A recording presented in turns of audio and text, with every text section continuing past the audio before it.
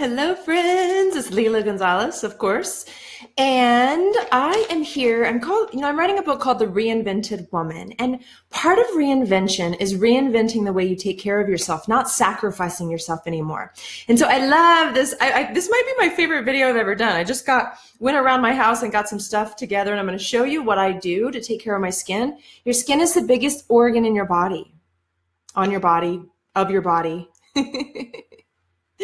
And if you don't take care of it, it'll start to kind of wither away, and you'll get parts of your skin will actually become even areas that will become weak, and your immune system will attack. So you'll get like even potentially cancerous, areas. You can get open sores, easily acne, things like that. So, you want to take care of yourself from the inside. I talk about that a lot, but I'm going to talk about the skin today.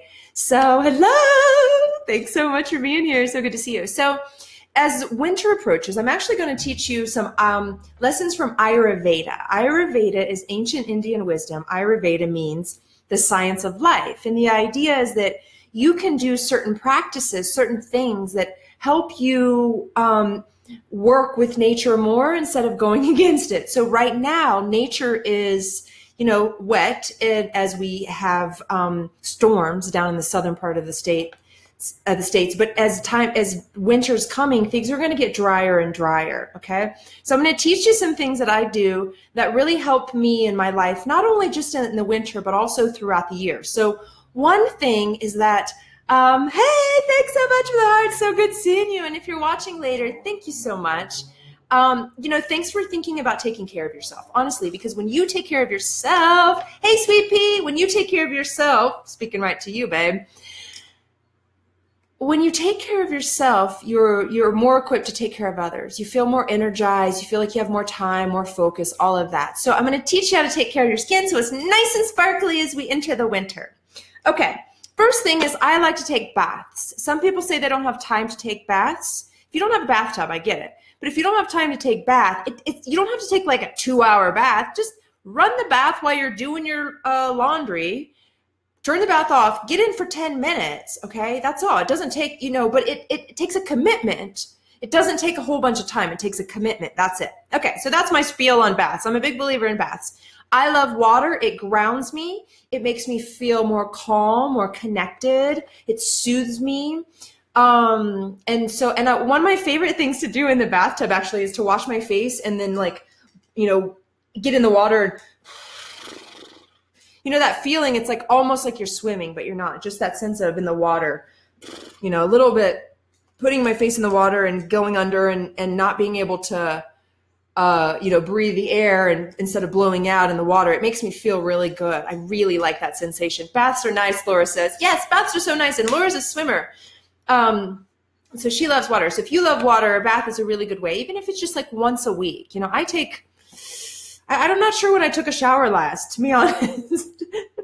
I have the luxury of working from home and creating my own schedule. So I also don't take super long baths. I often give myself like 20 minutes to get ready. And that includes a bath, brushing my teeth, blow drying my hair, putting on makeup, getting dressed, and doing these practices. So you can do it, okay? If I can do it in like 20 minutes, all that stuff, you can do it. It just takes a different mindset, a new paradigm. Instead of running the shower, running the tub, and then allowing yourself to get into it and just to calm down for a few minutes. You'll be in and out just about the same time you would a shower. Here's what I will say though. I don't get in the bathtub and then use a bunch of soap and like take the oils off my skin and like soap up the water. And so I'll wash my like armpits and the parts that need washed, but not a bunch of soap. Like at the end, maybe I'll wash my hair and stuff. I don't wash my hair all the time, every day, but like sometimes then. So some of you got a different bath routine. I get it. So if a bath isn't for you, a bath isn't for you. I said some people, they don't like it. They feel like they're sitting in their own dirty water. They say, I don't feel like that at all. I actually love, I'm not usually that dirty. To be honest, and I kind of like having my own oils on my skin. So let's talk about oils. So in the bathtub, first this. How many of you would like to have aches and pains go away? A little bit more. If you're eating sugar, you probably have some aches and pains in your body. I know when I eat sugar, I do. So here is this Epsom salt. therapeutic soap. So I just put a little bit in there in the bathtub, and that's really nice because it kind of takes some of the aches and pains from your joints and your connective tissue.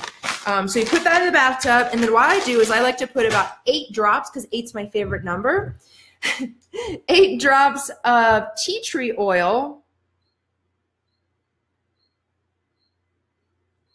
Yeah, tea tree oil. And what this is this is also called melaleuca oil, and it's it says here, potent, warm, and spicy. Cleansing, purifying, renewing. This is like an antimicrobial, antibacterial. It's used in a lot of like cleaning products. So don't use too much. You know, I just do maybe like 8 drops in a whole bathtub. So, and then I also love lavender. So I put a few drops of lavender in the bathtub. So here's the bathtub. So I run the bathtub, okay? While I'm running the bathtub, you know, I run the bathtub, I put this stuff in the bathtub. While I'm running the bathtub, I get in the nude, I get in my birthday suit, and then I take this dry brush. Now this is an Ayurvedic practice where you take, and you not only do you slough the skin off, but you create circulation. You increase circulation. You create more feeling, more movement on the skin, and that creates, the body will bring more blood, more nutrients even from inside to the skin. So you're going to do stuff on the outside and the inside with this. It's so cool.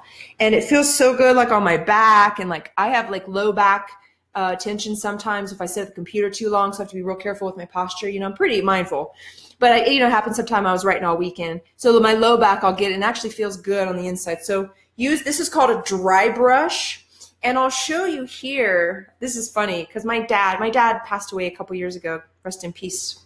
But he killed a wild boar. He was a hunter. He killed a wild boar once, and we had a boar in our house. It was so creepy. A boar head like mounted. It was so weird. But this is kind of cool. Wild boar. This is so get a natural. The idea here is just to get a natural brush, whatever it is. Not like you don't want like nylon on your skin. That's not nice. So you want something more natural. And if you don't want to purchase a brush, use a washcloth. Just use a washcloth, okay? You can do it wet or dry. Dry brushing is nice though, because it gets, it has just a little bit different benefits in terms of getting skin off, increasing circulation. So I run the bath, like I said, back to step 1. Run the bath with the 2 oils, melaleuca oil, tea tree oil, and lavender oil, and Epsom salt. Do my little dry brush all over the body, all over the bottoms of the feet, the hand, everywhere. And then I get into the bathtub and let myself soak. And, you know, I do the bath thing. I don't have to tell you about the bath thing now. Maybe some other day I'll tell you what I do in the bathtub. But it's pretty simple, you know. It's nothing any different than any you. You know, you wash and you shave and you that's pretty much it. So, and then I get out. And here's the deal. Ayurvedic practices is you oil before to remove, and because the oil sticks to oil, so you can remove any toxins and stuff that are not needed on you, and then you wash it off in the shower. Where for those of you, and that's a wonderful way to do it. Another way to do it is to put oil on afterwards. Okay, so this is probably more like the way that Americans are used to practicing, not putting oil before you shower, but oil after your shower. So oil before your shower is also a wonderful way to feel more grounded and to take care of your skin, because you'll have the oil on your skin. If you put oil on before you shower, you'll have oil on your skin as the heat, or if even taking a bath, as the heat, it starts to open up your pores, and then the oil can go in. So either one is okay. So, but what I do is that I do afterwards, and I try to do this oil right afterwards because my pores are nice and open, my skin is nice and relaxed and open and hasn't like dried up yet. So I put this oil, and this is what I use. You can use whatever you want. I've been using coconut oil for quite some time, and I used to use this a couple years ago. I just purchased some more. So almond oil, I got this at the the nice grocery store here in town called Sprouts. Almond oil, 100% pure. Get something nice. Coconut oil. I don't really like to recommend putting lotions with perfumes on your skin that go in your skin, because it's just chemicals and your skin's just going to absorb it. So your liver's going to have to process it. It's okay if you are, but if you want to live cleaner and not have your body have to process chemicals as much, I would say, you know, go with something more natural that doesn't have like a bunch of ingredients, just something that's, I don't know, like some of the lotions, I don't really know. I have been away from lotion for quite some time, so I can't really speak to it. That's why I'm at a stump. I'm not even going to talk about lotions because I can't really speak to them. I haven't been around, you know, with them, using them for a while now. And that's it.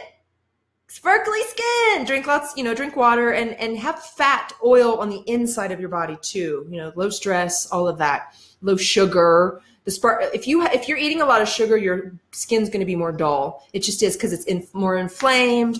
But if you're eating less sugar, you'll be brighter. Sugar's I bring it up all the time because it's my biggest challenge. Like I'm good. And then all of a sudden I'm like, get this like moment where I don't know, I go and get some Swedish fish or something and eat the whole bag. And so I'm working on that. You know, and that's not going to give me sparkly skin, and it's not going to keep me energized. Okay, so that's, you know, we got to take care of the inside, we got to take care of the outside, we got to take care of our behavior, all of it. You know, this human experience, it's a playground. We get to choose what we want to do, and I'm giving you just one way to have sparkly skin as we enter the winter, the dry parts. One note before I hop off. Oil helps you ground. So when it's dry out, you can feel kind of like heady, we'll say, like, and when you want to feel more grounded, not so nervous, anxiety, you want to feel calm, present, oil on the bottom of your feet, especially, it'll open your lungs too. Oil, the bottoms of your feet, especially, and then also you can put some on your hands, and a little bit in your ears, and a little bit in your nose, and then on top of your head. That's Ayurvedic as well. So if you're traveling on an airplane, for example, a little bit of oil in your ears, a little bit of oil in your nose, a little bit on your head, the palms of your hands, and the bottoms of your feet.